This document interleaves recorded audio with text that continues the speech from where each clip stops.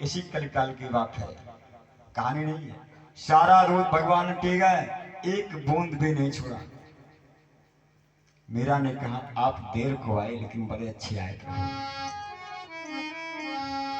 कि आज होगा वही तुम समझ लो सही, आज होगा वही तुम समझ लो सही, मेरी भक्ति से भगवान उलझेगा नहीं, मेरी भक्ति से भगवान उलझेगा नहीं।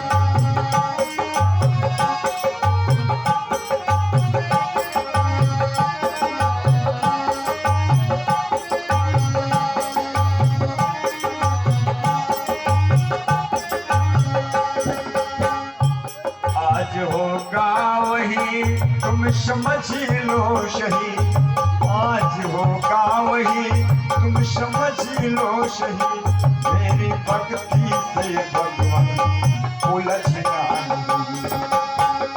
जो लगाते तुम्हें,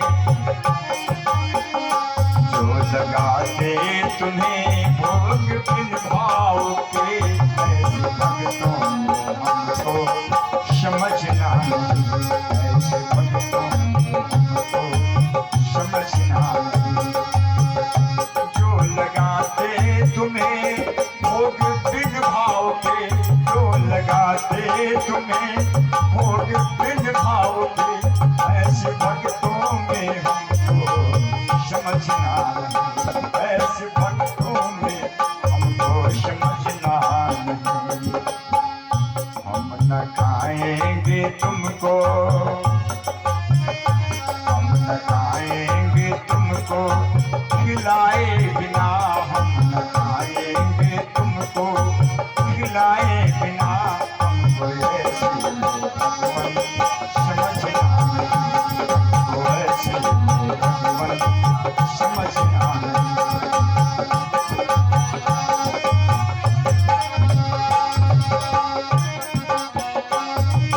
समझना आप देर को आए लेकिन प्रभु बड़े अच्छे लग रहे हो। भगवान बोले मीरा से, कहा बेटी क्या चाहती हो, कुछ मांगना है हमसे मांग लो, हम भगवान हैं।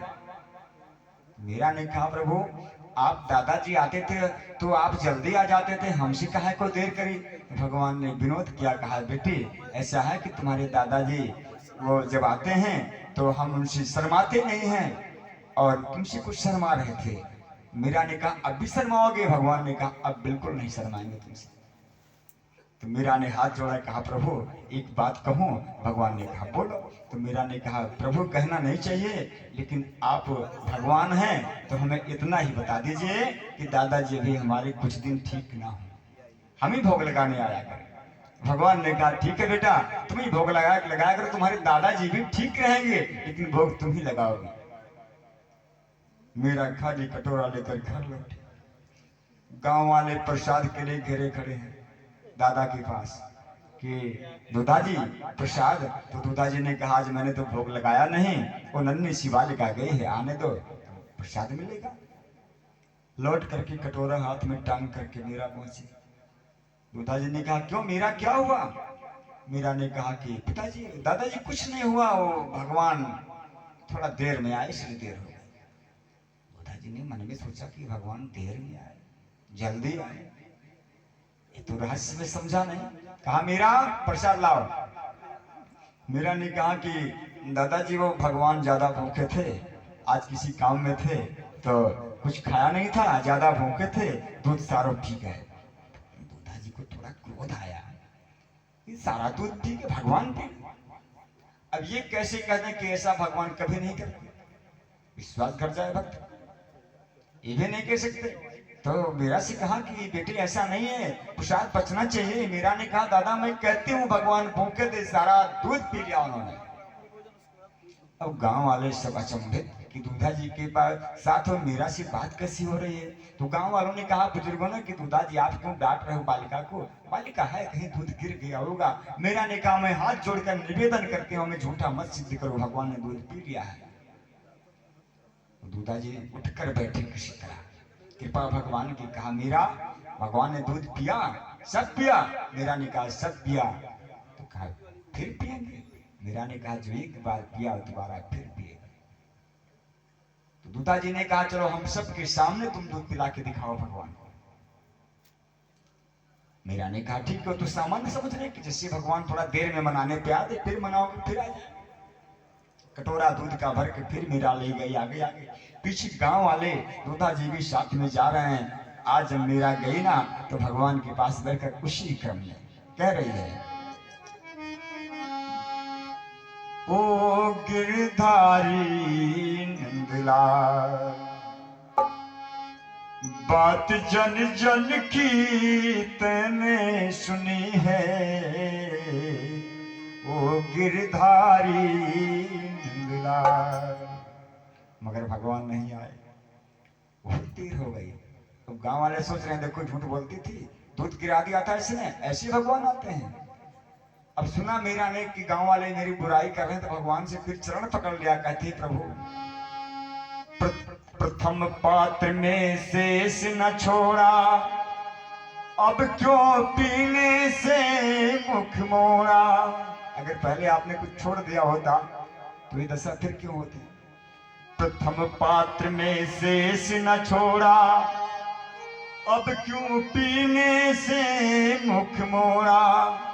अरे पीले थोड़ा दूध देवता, तेरो कह बिगड़े गो, ओ गिरधारी गोपाल। मेरा रूप गिर पड़ी, कहा मेरी बेइज्जती हो जाएगी, प्रभु मुझे बचा लो, गांव वाले मुझे क्या कहेंगे। भगवान को फिर आना पड़ा। किसी ने देखा नहीं कि भगवान कैसे आए, लेकिन इतना जरूर देखा कि गिरती हुई मीरा को जैसे कोई उठा रहा हो, और कटोरा दूध का भगवान के मुंह को अपने आप चला गया। सारा दूध पी गए, सब रोमांचित, पसीने पसीने, सारी सभा स्तब्ध रह गई। दूधा जी ने दौड़कर अपने मीरा को अपने गले से लगा लिया, आंखों से आंसू गिरने लगे। कहा पुत्री धन धन भाग तेरे मीरा, धन धन भाग मेरे मीरा, जो तू आई असियाई। धन धन भाग मेरे बेटी, जो आई मीरा बाई, जिसने मेरी जन्म जन्म की पूजा सफल बनाई। मेरे भाग्य जाग गए पुत्री, तू मेरे घर आ गई। अब तुझसे अच्छा पुजारी इनको कोई नहीं मिलेगा, इसलिए आज से तू ही इनका भोग लगाया कर। बोल भक्त भगवान की। वही मीरा, जीवन में बहुत से उतार चढ़ाव आए, लेकिन सौंदर्य सरकार का दामन नहीं छोड़ा। उन्होंने नहीं छोड़ा मीरा ने। बहुत उतार चढ़ाव आए, दुनिया ने क्या क्या नहीं कहा मीरा को, लेकिन मीरा ने साफ कह दिया, साफ शब्दों में झुका दिया कि पायो जी मैंने राम रतन धन पायो, पायो जी मैंने राम रतन धन पायो, पायो जी मैंने।